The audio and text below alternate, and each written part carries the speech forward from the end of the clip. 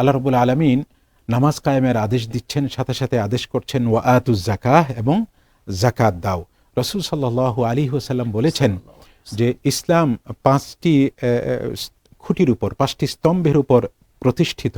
এর মধ্যে আল্লাহর ওয়াহদাতের সাক্ষ্য এবং রাসূল সাল্লাল্লাহু আলাইহি ওয়াসাল্লামের রিসালাতের সাক্ষ্য, নামাজ কায়েম, এবং 3 নম্বরে হলো যাকাত দেওয়া। আসসালামু আলাইকুম ওয়া রাহমাতুল্লাহি ওয়া বারাকাতুহু। নাহমাদুহু ওয়া নুসাল্লি আলা রাসূলিহিল কারীম, আম্মা বাদ। দর্শক, আপনাদের প্রত্যেককে আন্তরিক অভিনন্দন জানাচ্ছি এটিএন বাংলার পর্দায় প্রিয় অনুষ্ঠান আসিয়ান গ্রুপ নিবেদিত মহিমান্বিত Ramzan, powered by Asian AB Polymer Industries Limited. দর্শক, সাথে আছি মুফতি আলামিন খান, আর আজকে অতিথি হিসেবে থাকছেন খ্যাতিমান আলেমে দ্বীন শেখ সাব্বির আহমদ খান আজহারি হাফিজাহুল্লাহ।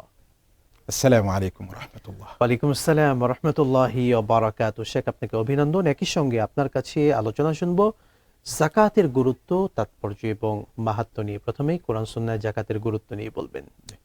বিসমিল্লাহ, আলহামদুলিল্লাহ, ওয়াসসালাতু ওয়াসসালামু আলা রাসূলিল্লাহ, আম্মা বাদ।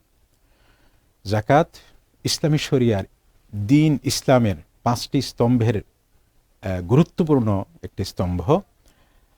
আল্লাহ তাআলা কোরআনে কারিমে বিভিন্ন আয়াতে বলেছেন ওয়া আকিমুস-সালাহ ওয়া আতুজ যাকাহ।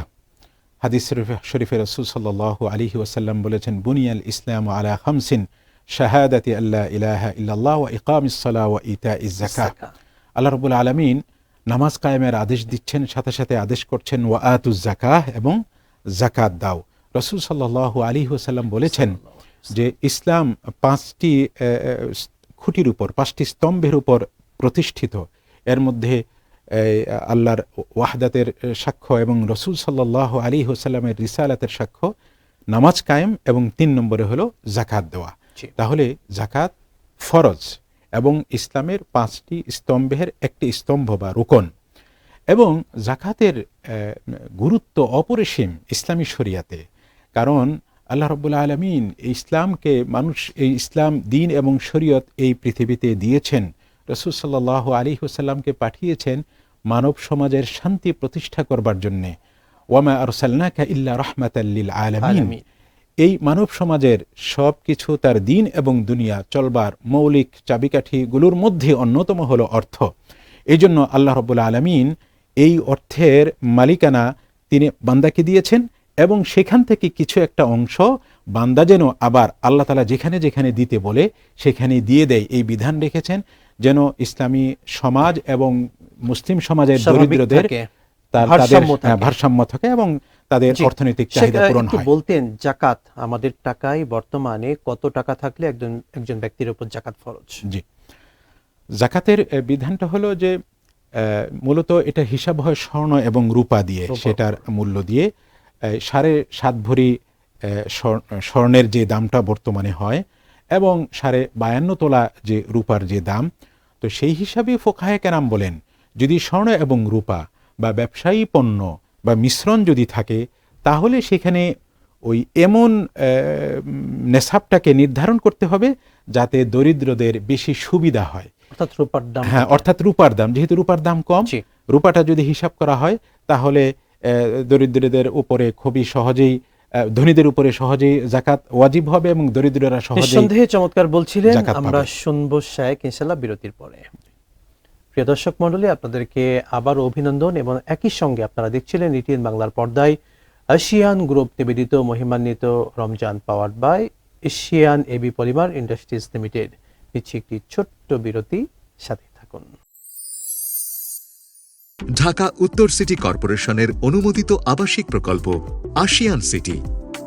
এককালীন মূল্য পরিশোধে রয়েছে বিশেষ ছাড়। রেডি প্লট রেজিস্ট্রেশন নিয়ে এখনই বাড়ি করুন ঢাকার প্রাণকেন্দ্র আশিয়ান সিটিতে। আশিয়ান সিটি, আপনার অভিজাত ঠিকানা। No tension.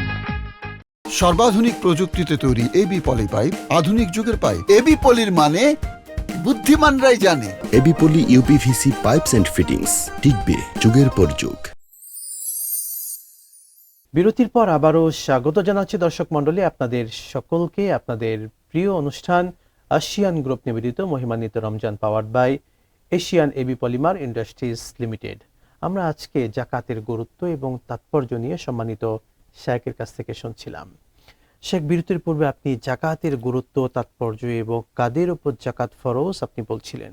জি শেখ, একটু জানাতেন জাকাতের খাত অর্থাৎ কাদেরকে জাকাত দেয়া যায় ইসলাম নির্ধারণ করেছে। জি এই যাকাতটা মূলত কাকে দিতে হবে আল্লাহ রাব্বুল আলামিন কোরআনে কারিমে স্পষ্ট করে বলে দিয়েছেন, ইন্নামাস সাদাকাতু লিল ফুকারা, যারা ফকির ফকির ওয়াল মাসাকিন, এবং যারা একেবারে নিঃস্ব, মিসকিন। হ্যাঁ মিসকিন। এখানে কিছু শাস্ত্রীয় আলোচনা আছে ফকিরকে এবং মিসকিনকে, আমরা জি। সেখানে যাচ্ছি না। লিল ফুকারা ওয়াল মাসাকিন ওয়াল আমিলিন আলাইহা, এবং যারা জাকাত সরকারের যথাযথ অথরিটির পক্ষ থেকে জাকাত আহরণ করা এবং বিতরণের কাজে যারা নিয়োজিত, তাদের যে পারিশ্রমিকটা সেটা সেখান থেকে জি। জাকাত দেওয়া যাবে। ইন্নামাস সাদাকাতু লিল ফুকারা ওয়াল মাসাকিন ওয়াল আমিলিন আলাইহা ওয়াল মুআল্লাফাতি কুলুবুহুম, এবং যে সমস্ত মানুষ তাদের মনের মধ্যে নানা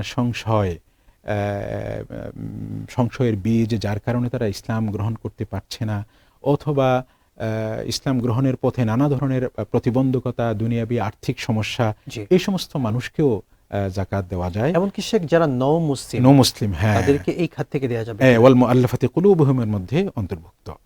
এবং জাকাত দেওয়া যায় যারা আল্লাহ রাস্তায় জিহাদে বের হয়েছেন, তাদের দেশে টাকা পয়সা আছে কিন্তু জিহাদে বের হয়েছেন, তাদেরকে জাকাত দেওয়া যায়। ওয়াবিনিস সাবিল, এবং যারা মুসাফির অবস্থায় দেশে তাদের টাকা আছে, তারা জাকাতের হকদার নয়, কিন্তু মুসাফির অবস্থায় এমন হয়েছে যে কোনোভাবেই দেশের সাথে যোগাযোগ করতে পারছে না, ফ্যামিলির সাথে, এই সমস্ত মানুষদেরকেও জাকাত দেওয়া যায়। ঋণ মুক্তির জন্য জাকাত দেওয়া যায় এবং দাস মুক্তির জন্য জাকাত দেওয়া যায়। জি, জাযাকাল্লাহ।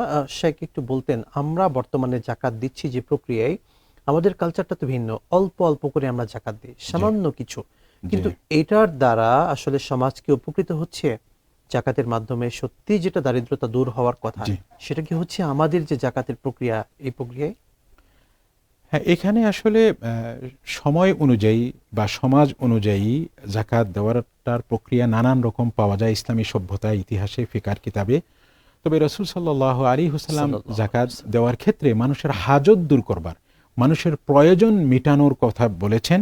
সেই হিসাবে কোনো সম্ভ্রান্ত কোনো পরিবার হঠাৎ করে কোনো সমস্যায় পড়েছে, এই সমস্ত ব্যক্তিকে যদি জাকাত দিতে হয়, খুব ইজ্জত এবং সম্মানের সাথে এমন পরিমাণ জাকাত দিয়ে দেওয়া যেন তার প্রয়োজনটা মিটে যায়। তার বড় ধরনের ঋণ হয়েছে, বড় ধরনের চিকিৎসা প্রয়োজন, এই সমস্ত ক্ষেত্রে তিনি জাকাতের উপযুক্ত হয়ে গিয়েছেন। এই ক্ষেত্রে 1000, 2000, 5000 এইভাবে না দিয়ে তার যত প্রয়োজন সেই প্রয়োজনটা পূরণ করে দেওয়া। তবে সেখানে যদি আরও মুখাপেক্ষী লোক থাকে, তাদেরটাও বিবেচনা করা, এই সব কিছু বিবেচনা করেই জাকাতটা দিতে হবে। জাকাত প্রদানের ক্ষেত্রে নিকট আত্মীয়দেরকে প্রায়োরিটি দেওয়া উচিত নাকি দূরের মানুষদেরকে? হ্যাঁ, নিকট আত্মীয়দেরকে প্রাধান্য দেওয়া উচিত। কারণ হলো সেখানে সে তার জাকাত আদায়ের সওয়াব পাবে, পাশাপাশি আত্মীয়তার বন্ধন এবং সম্পর্ক রক্ষা করার সওয়াব। জাযাকাল্লাহু খায়রান, বারাকাল্লাহু ফিক। ওয়া ইয়াকুম। দর্শক মণ্ডলী, এটিএন বাংলার পর্দায় আপনারা প্রতিদিন দেখছিলেন রমাদানের এই সুন্দর সময়ে আসিয়ান গ্রুপ নিবেদিত মহিমান্বিত Ramzan, powered by Asian AB Polymer Industries Limited অনুষ্ঠানে আমরা এই পর্যায়ে আজকের মতো বিদায় নিচ্ছি। দেখা হবে আবারও। আসসালামু আলাইকুম ওয়া রাহমাতুল্লাহি ওয়া বারাকাতুহু।